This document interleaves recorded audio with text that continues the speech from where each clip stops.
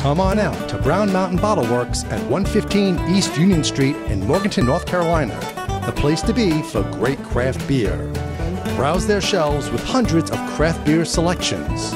Relax and enjoy one of their 12 draft taps. Check them out on the Untapped app for their current draft beer selections and go to their website to see the latest beer offerings and events at www.brownmountainbottleworks.com. We'll see you there.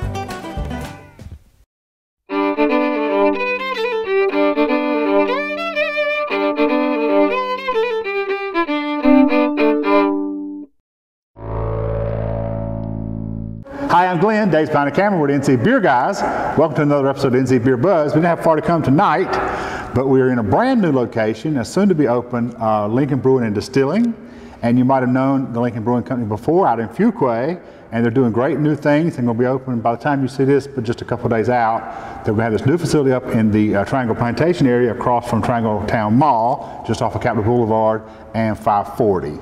Actually, we're south of 540, but just barely. So when you come up this way, make sure you check out Lincoln Brewing and Distilling after about the middle of June. June 3rd? Yeah, June 3rd. That's something we hope. With me today is Jamie McMillan. Jamie McMillan is one of the co-owners here and also the head brewer. And Jamie's been around brewing in the area for a while, so you might know Jamie. And I'm sure you've had his great products, but this is a chance for Jamie to step up into an ownership role, co-ownership role, of course. And he's going to tell us all about what's happening in Lincoln, and we're so excited to be here. Thanks for having us out. Thanks a lot. Appreciate you coming out and checking us out. So we were at Lincoln down in Fuquay for what, a couple of years? They've been down there now? Yeah, we've been down there for about 2 years now. And it's been great. We've had a lot of expansion over the past year and a half, but we've run out of room. Right, great problem to have. So when you run out of room, you start looking around and seeing what you can do. And one of the things that we decided to do was to go ahead and open up another tap room with a larger production facility. Mm-hmm. One of the things that we've got great customers and it's such large demand that we want to be able to meet that demand. Right.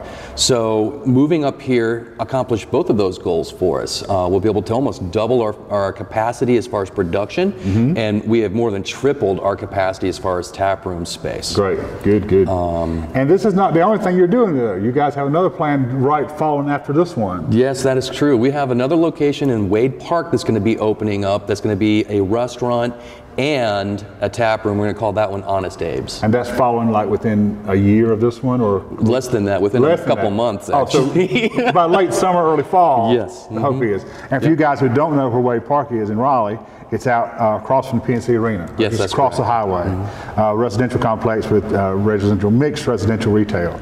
That'd be great. And that's brand new construction for everybody. That's brand new construction for everybody. We were really fortunate to get in this space when we did.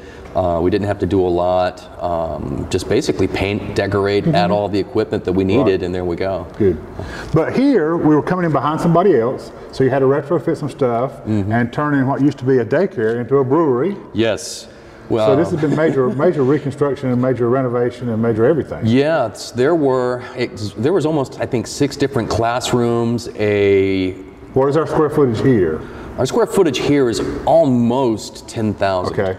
And there were 6 different classrooms, there was a cafeteria, there was a kitchen, there was all sorts of stuff, which some of what was great, some of it was not. We have tried to work really hard into reusing as much of the old material mm-hmm. that we found here, the windows and things like that. We took a lot of the windows from the classrooms out and we added it to the wall looking into the brewery. Right. So you have a space, a window looking into the brewery, a space, a window looking into the brewery, and we're going to have the entire brewing process on panels. Right. At this step you see this is what's happening. At this step you see that. Well, that's great. You're not going to see a whole lot of the final product today because we're not quite ready to show the final product. It's not quite ready to be shown, but the concepts are great and we've seen some ideas and some plans and it's going to be beautiful. So make sure you get up here and check it out when you get a chance. So we will have the same, some of the same beer we've always had, great beer from Lincoln, mm-hmm.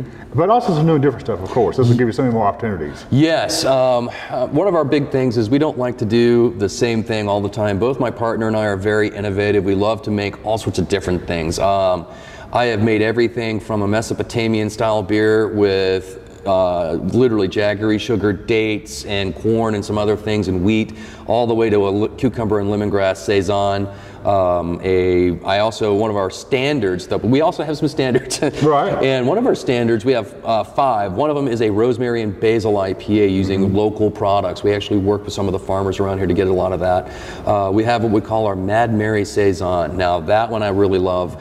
It's a typical Saison. It's a well-made Saison, but every time we make it, we're doing something different with tweaking it just a little on the edge. Well, we're actually tweaking it a lot. We're either adding fruit, we're adding herbs, we're adding spices to it. We're doing something different every time. And trying to make it seasonal, and we actually ran it all season long, and it was really popular this year. And the new facility will give you even more on top of that. Yes, that is top of the correct. standards. Yes. What might we do different in the future? Well, actually, one of the things that we were looking at doing, one of the things we just started doing, we don't have a lot of space to it, we're doing what we call our Soda Jerk series. It's kind of an odd thing. Radlers are really becoming popular, Shandies are becoming popular. So what we have actually done is to start making the actual syrups and the wheat beer and then blending them ourselves. But that takes up a lot of fermentation space. So we're going to actually have a chance to do that more.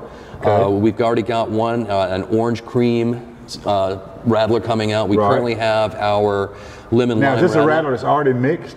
Yeah. And when it dispenses? Yes. So you're making both sides, but you're putting it together for the tap. That's correct. Okay. And then on top of that, one of the things that we're going to start doing is we're going to start doing our barrel aging program. Now, we did do a barrel aging program at Lincoln, but we're really reduced. You didn't have so much space. Right, I could only do 2 barrels. Right. So we're going to start doing a lot of things like that here. We're going to actually go ahead, and we've got room here for over 100 barrels in the tap room. So the customers will be able to see them. It's going to be climatized. Add to the ambiance. Add to the ambiance. Right. And one of the things we're going to start doing with that is we're going to play with all sorts of stuff. We've actually worked a deal with a local distillery to start using some of their barrels, and they want to in turn use some of our barrels afterwards and kind of do a whole trading back and forth scenario.